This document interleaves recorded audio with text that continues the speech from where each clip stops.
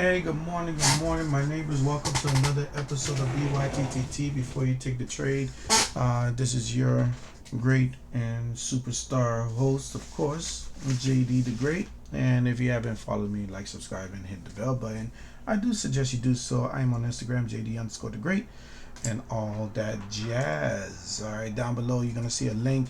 We got one more day left after today. We got one more day, so 2 full days to get funded. If you haven't signed up for that program, I do suggest that you do so because we are having loads of fun. One person did come back, and he's almost done getting this account funded. And I do a little bit of mindset too to kind of make sure you don't blow these accounts. Keep that in mind as well. I've been all through all types of ways of blowing accounts if you haven't known, and I am starting to get my footing. And yeah, let's get to the charts. Join the link down below.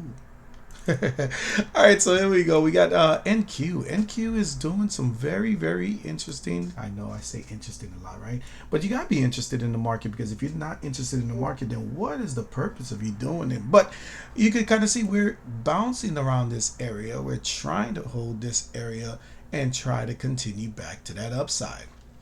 Now, we did have a massive drop off, and we came back into what I deemed was an order block, right? Jambalaya rice order block. I know it sounds kind of crazy, jambalaya rice, right? But anyways, in jambalaya rice, there's some greens, there's some reds, there's some dojis, there's some this, there's some impulsive engulfing, reversal evening stars, patterns, W's, all that. And that's what you're going to see inside of here, right? So when you get these type of action, guess what ends up happening? There might be some lingering orders here. There is some interest. The Bulls know, even if the Bears have full complete control, that this area is going to be tough for them to get through. So depending on how the Bulls hold it, and depends on how the Bears handle it, they could fall right through, or this could be a bounce area. And that looks like we're getting a 3-step here. If you remember, I told y'all that there's no such thing as a higher high unless there's a higher low first, and then it continues. So that means you got to break that pivot right here. So right now we're just inside of a wedge, right? We're kind of consolidating. We're trying to figure out what we want to be in life. You know what I'm saying? Are we going to be a baller, or are we going to go to college? And the market is not too sure what it wants to do. Kind of got a little wedge right here. And that wedge can be very troublemaking when it comes down to those that are holding on to puts, because we did have this action that I considered was very pointed, and it was probable, where we kind of had this M pattern. Here's your second bounce, and we were supposed to come down to this level. But if this spot continues to hold, we're going to get a complete failure swing, and then there's going to be a little bit of a liquidity grab in that regard back to that upside. So that's going to be very, very interesting in the next couple of days, especially at the end of the month. So let's go ahead and get into oil. Oil is doing this, and remember how I kind of explained it to y'all yesterday. We push down, right? And when we push down, the market's going to go ahead and try to figure out how far does it want to go down in this area. You can kind of see we had a nice little deep push to the downside. Then we had this doji right here. I thought we were going to get some continuation, because I thought this and this was pretty strong, and then we could get down here. But you can see we're starting to candle this also, even though we're bearish on the daily. So inventory reports was released yesterday. Hold on, let me make sure if it was released on yesterday. Yeah. Was it my FX book? One of my favorites. I'm trying to find my tab. Yeah, I know some people use all types of other ways, but my FX book, I am just used to it. I've done it a while. Okay, so what do we have? Yeah, we had oil inventories that was released yesterday. So today is initial jobless claims, Thursday. So this is going to be 8:30. Good luck on that. Do not do nothing reckless. Be smart. Don't be a, hey, then we got GDP price index right here. And then you got growth, GDP growth. That's going to be there. And Fed bar is going to be running his mouth. So we're probably going to get a little choppiness around 10 o'clock. We got a couple more Feds speaking around 1 o'clock, and then 30-year bonds. So I think the biggest one is the GDP growth. That should swing the market all over the place, mixed in with jobs claims. So If you are in position on an overnight, I pray for your position that is in the right direction. I'm just joking. There's going to be some volatility, and it might not recover in the place that you really think it's going to. And the way this is working now, it might be a little tricky. Trying to play this around 8:30. So be smart, okay? Be smart. All right, let's go ahead and keep this going. We got ourselves gold. Remember what I said yesterday? We got into this area and we built a complete block right here. That is a tough area. I'm gonna take this one right here, just because I feel like it. That area right there, and call this bad boy an order block. Tough area, very, very tough area. And I think the reason is because when we get past this 2960, it's almost like we would start to really take strides to get that new high, and there's nothing stopping that 3000. I do believe there's a lot of shorts that's being placed in here, so be cognizant of your position. Let's go with silver. The only way gold's gonna bounce, silver's gonna have to break back above its 33.30. I don't know, but it is sitting on a micro trend. Actually, we could adjust this trend, I think. Oh no, I don't think we can. No, we cannot adjust that trend. And this is the other part about silver right now, because we haven't made higher highs or higher lows. We're starting to build what it can be deemed the diamond pattern. We got this, then you got that, and then you got this, and then that. And it kind of gets a little tricky. I don't know, let me show y'all what I mean. I'm usually rough around these diamond patterns because they're so subjective. But I want to just kind of show you what I mean, right? Let me extend this out. That's your wedge, and then this your midway point, and you can kind of see, right? You got that. And then you got that. Very diamond-esque as far as a position. So I'm not really a fan of trying to play this. I just feel like this is one big old consolidation, and if we look left, that's why. We kind of made new highs over here. We kind of took off from here. They're trying to determine, is this the new pivot? Because they tried here, failed, tried here, failed. And did it fail? This was the pivot. Trying here, but we haven't made higher highs. Trying here, there's no higher highs. So these sellers are still having control, putting pressure on those. Can they hold this to continue? Well, we broke micro downtrends, and we got a new micro downtrend right here off of that rejection that we're dealing with right here. And that's the area that is going to be a little bit tricky, because it needs to break that, take out this high, and that momentum should take out here. That's what's going to drag gold to 3000. Can it do it? Maybe. All right, let's go ahead and get into the British pound. British pound, you can see we are just slowly trying to find ways to get to the upside. We're putting pressure on the dollar, but again, this 200, 800 is going to be a very tough area, so just be mindful about that, because it probably is not going to go for this imbalance. If it did, that dollar would drop like a lead weight.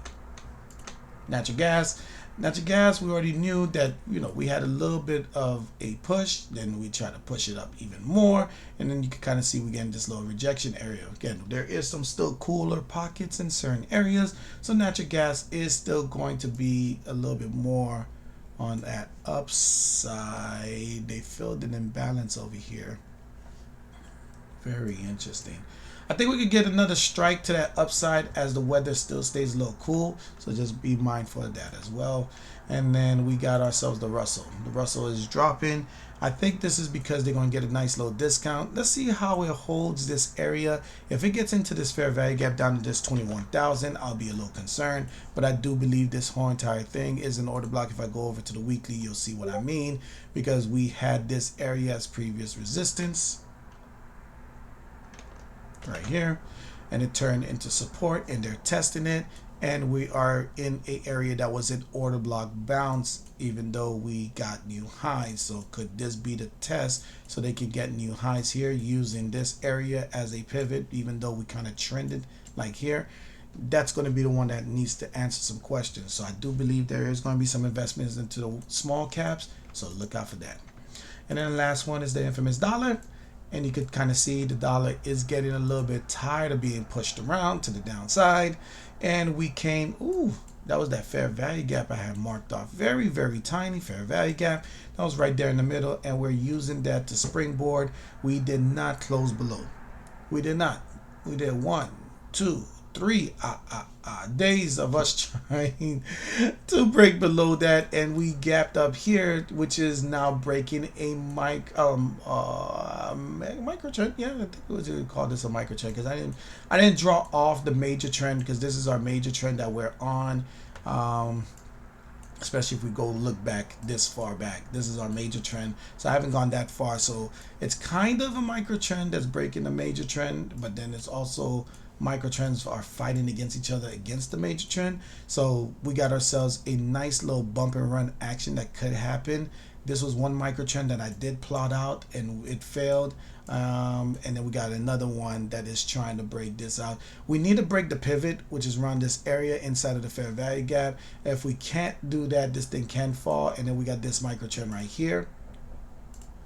And then with this gap up, this is our deviation of that. For now, I'm trying to get up there, but I don't like it when I see something like that. It's not enough data for me to make a decision. All right.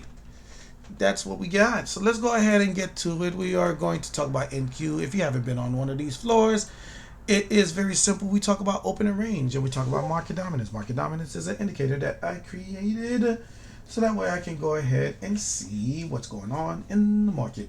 And let's go ahead and see what happened. Let's start with opening range. So I like to open the range at the 15-minute mark. Very simple. Let's look at yesterday's action and see how that opening range played out. And to let you know, we did opening range for get funded, so you're gonna get a little bit of an ideology of how we kind of did things. And yeah, this had some fun to it. Okay, so anyways, let's go ahead and what's the first thing I want to do? I want to do a nice little box. Actually, I don't do boxes anymore. I do this, which is my Fibonacci tool, just kind of tweaked to the way I wanted. TradingView, just go ahead and give me one of these. Anyways, got a nice little template here, call it my orb. There we go, that looks nice. So the first thing I want to go ahead and recap is the fact that we kind of came to this upside, and when we were struggling to get up into this upper register, I thought we was just going to take off. The market was not letting it happen, and I thought we was going to get a little retracement and then break out into like a bull flag, and that didn't even happen. So when I saw we kind of came into this area, again, we do not play in the middle. We don't diddle in the middle, and I kind of did some things that I was not too proud of on my option side because that was diddling in the middle. This was a little bit of an issue. You can kind of see massive drop. They used the range as an order block, so push, push down here, took out liquidity, and what looked like a bounce really wasn't because we couldn't make new highs because these sellers were still selling. And then you had a nice little break to the downside. So let's go ahead and get into the 5-minute mark, because the way we get into our trade is using the 5-minute, because that gives us a very strong confirmation. Now here's those. This is why this one was tricky. So we had a nice close above, and if you didn't get in with this one, it was going to be painful, right? Because if you got in here, it had deep drawbacks. So let's go ahead and look at what I mean. So if we get a tool, which is over here, I keep on going over here, but anyways, our tool is over here. We had a drawdown of 68 ticks here, about 60 ticks there, none there, 51 here before we really took off, and this was given as much as 300 ticks based on that one parameter here, right? But I'm your scalper. I love scalps. It's just, if I like to just take it at the legs and then be like, okay, you know what, it doesn't give me another opportunity, and then I'll go back in again. So you can kind of see here when that actually happened, just this move alone was 130 ticks. So that 130 ticks really does pan out and gives you a good chunk. Again, if we go ahead and get my trusty calculator and we go ahead and take 130, that is $5 a tick. That's still $650. Will you be happy with $650 in 5 minutes? You got to ask yourself that question. If you say no, I got to go ahead and check you in. All right, so now we got a nice little setup here, especially if you were more of a longer term trader. The more you accumulated every time it kind of came into this bounce, that could have been a strategy in itself. I don't do that. Then we kind of had a little breakout, and then you can see majority of these folks probably took their profits here, and then we got a nice little drift up, and then when we kind of hit this top, and this is the algo saying sell, and it was a tough resistance. We had a nice little massive drop down. So loving the range, right, the same way that we normally do. When we got into this area, I did take it as a short. I was apprehensive because it was coming to the order block, and I was also apprehensive because we made such a massive move to the upside.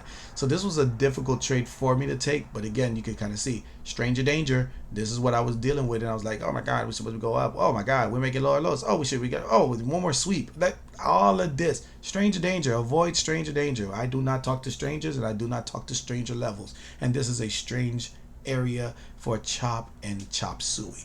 Anyways, if we continue, a nice little break here, you would have had a deep drawback, which I did. It was like 138, which I did stop myself out around 45. I think it was, like roughly about here, because I was looking for it to just continue down.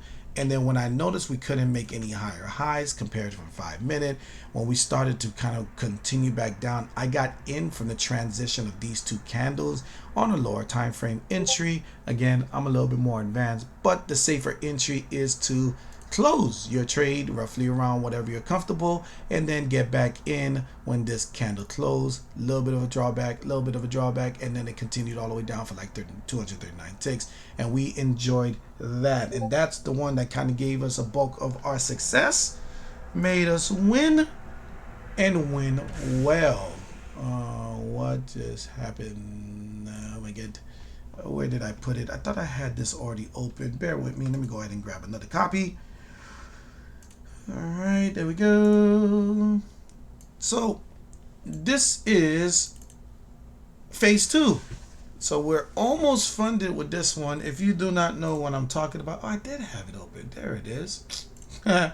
Multiple ones. If you don't know what I mean, you can kind of see this is all with the 26, which is yesterday. Keep that in mind. That was yesterday. So for those that are like, well, you just did this is the same report. It is not, because this is the report that I showed y'all yesterday, which was for the 23 to the 25th. The only drawdown was on the 24th. So there was one where I spent the whole day not taking a drawdown, right? So this was this one. This one did get funded, and it is on its way.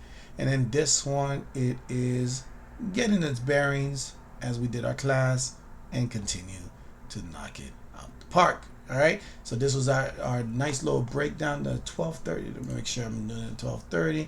Yep, roughly around, let me get back a little bit, right? Roughly around here, when we're starting to pull back down to this area, I made a bulk of the money. Got caught up in options because I was like, oh, futures, I did well. Let me go ahead and get in some options because this should come down. Oh, wait, what about this resistance? And I kind of screwed that up. And then we had a nice little break, and I got to clean it up a little bit more. And then let me grab this. I think I might have been done with that account. I don't think I went back in. Where did you go? Bring it up. All right, let's see, 12:36. I think I might have been done. Nope, there we go. Right here, 156, 157. Let's go ahead and look at what that 156 and 57 kind of looked like on the chart. So we got 123. So I did that with options, and then we have 156, which is this one right here, where it kind of continued, and I was looking for it to continue to break down. I got out when I looked like it was kind of holding support, and good thing I did. 156, 158. So it was these two candles here, and I just noticed that we was going to start building a base. So yeah, this was a 600, and then I added more around here, so that was about 285. So this is boom and boom, and then 157. It kind of spiked, didn't like it anymore, and then within 3 minutes I was out of it. That was the trade. So nice little setup from inside of this whole entire candle in itself. All right. Also, what I do is market dominance. Like I said, it's an indicator that kind of dictates what could happen. In Murphy's Law, whatever could happen can happen. So when you see these red candles and massive red candles, it does not mean that you can just get a green. You won't get a green candle, and they're just going to continue to fall all the way down to La La Land. There is retracements for new sellers to step in and buyers to get off the elevator. So that's what the purpose is there. And those are your consolidation blocks and everything else. And then it continues down. Let's go ahead and look at the 45-minute, which is my favorite of using market dominance in itself. And we'll go ahead and get into current price action to kind of see what's going on over there. There it is. So right here, this is right around NVIDIA earnings. So we had a nice massive push up to about 345, and this thing warned that there was going to be some downside. And what was very funny about it was because my wife was paper traded this, and when she was paper traded this, she was like, "Oh my God, why?" Because she went against the grain, so-called better half, right? That's how marriage works. Anyways, she was going against the grain a bit, and I was thinking it was going to go down. It made a massive down just to do a massive back up. So I think that was a big old sweep for the most part, but she was on paper. It was a fun way to kind of see how these earnings are played, and plus it kind of keeps our mental capacity in place, so that way we don't do nothing reckless with our personal account. And you can see here, massive drop off. It anticipated a green candle, which is our pullback into here. So using market dominance, it let me know that there was going to be some sense of continuation, and that was our break. That was how I took a good chunk of that 239 of ticks on that play. Nice little warning star in the 45-minute after making a beeline to the downside. I think it was the 1 hour when we kind of talked about it in the community. Beeline down to the downside right there. That was an evening star, and that was our drop. And I think that was bulk of why we dropped for the most part. So looking back at this on the 45-minute, it's almost like I kind of got confirmation after seeing an evening star on that 1 hour. I don't have to try to play the evening star. All I had to do is just wait for confirmation. Here's our confirmation that we are trend reversing. Wait for a pullback, get into here. This was a 76-point candle. So if I was just playing it for the entire 45-minute, that would have been 76 points times points are $20. That would have been a $1,500 drop. I took pieces because I do raise my leverage, and I am happy with the trade. So that said, don't get fearful of what the market is doing. Just make sure you write a plan. That's the whole thing. If you've ever been in one of my classes, I talk about the 3 W's. The 3 W's is why are you looking? What is your entry? And when do you get the hell out? And if you don't operate like that, then that means you're going to be willy-nilly out in the middle of the ocean without a boat, without a life preserver, without anything, and you're going to be at the mercy of the elements. In this case, the elements of the market is aka giving or taking your profits. That's how it works. All right, so let's go ahead and do a couple of my red lists just to kind of see what's going on. So the first thing is Reddit. Let's come up to the daily. You can kind of see we had a nice little base that was being built here. It had a massive pullback, but again, massive pullback after a massive run. I do think this thing can turn head and shoulder-ish. If you can't break above this 180, be fearful for any more upside. Moderna. Moderna is at its lowest register. It only has one direction to go. OTC. No, I'm joking. It has one direction to go. It's almost like it's filling a base right here. I think when I squeezed this down last time we talked about it, it's around that pandemic area right there. So looking at this from the ground up, it looks like we could probably get back to the 50 EMA, but you see rejection. And this was the ultimate rejection back in July 2024 that it never recovered from. Hey, make some money. Maybe you can recover. All right, so let's go ahead and keep this going. We got Shopify. Shopify is holding that bump and run base right here, which is what I was thinking it was going to do. Let's see if we can break this imbalance. Actually, you know what? I think I might be looking for something like that. Let's see if we can break this imbalance and come into here, and then we could probably play up into, get out my way, up into 120. So from 114 to 120. Nope. I take that back. Not 114, 117 to 120. Nice little cross on the stochastic. We're still in the bullish state, so this could be your push, but don't be crazy because at the end of this is still a bearish divergence, right? So just be mindful of that. Honeywell. Honeywell broke under this area. I was looking for them to fill the rest of the gap. They're like, nope, we ain't doing that. And this is a weekly fair value gap. Yep, that's what it was, a weekly fair value gap. So they had to take out the sell side liquidity that was here, and they failed. They're gonna give it another stab right here. So if this thing can hold 209, we probably can take out the more recent sellers, get that sell side liquidity, and get up into that 219. Keep that in mind. And then last but not least is CCJ. Again, Trump administration is in office, so this is not good for uranium to a certain degree, but it is finding some type of base down here. It closed it closed below at 44.72 with a little bit of a test to what we drew as a bump and run. I am looking for this to kind of do a pre-market bounce for 45, see if it can get into this order block, and if it starts to build a base without ever coming back into this gap, then maybe we could get ourselves a nice little bump and run into this line. It's still going to be a downtrend, but this is going to be the retracement until we fall again. All right, so I gave y'all a lot of gems. That said, thank you very much for always watching BYTTT. We will get back to our regular scheduled program at 8:15 live next week. I just got to finish Get Funded and try to keep this ball rolling. We're almost done with phase 2.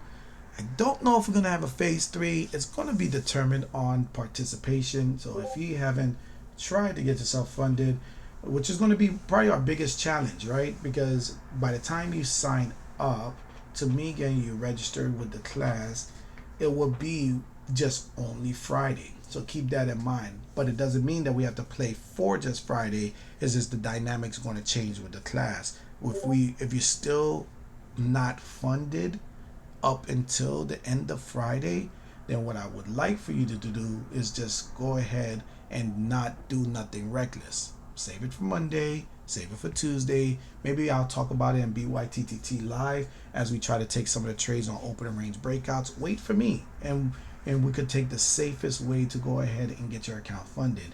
That said, don't forget to hit the link tree, follow me on Instagram, hit the like, hit the subscribe button, go ahead and let the algorithms let them know that I do great things when it comes down to the trading space. And I will see you in Mindset tomorrow at 10 o'clock or on BYTTT on Tuesday.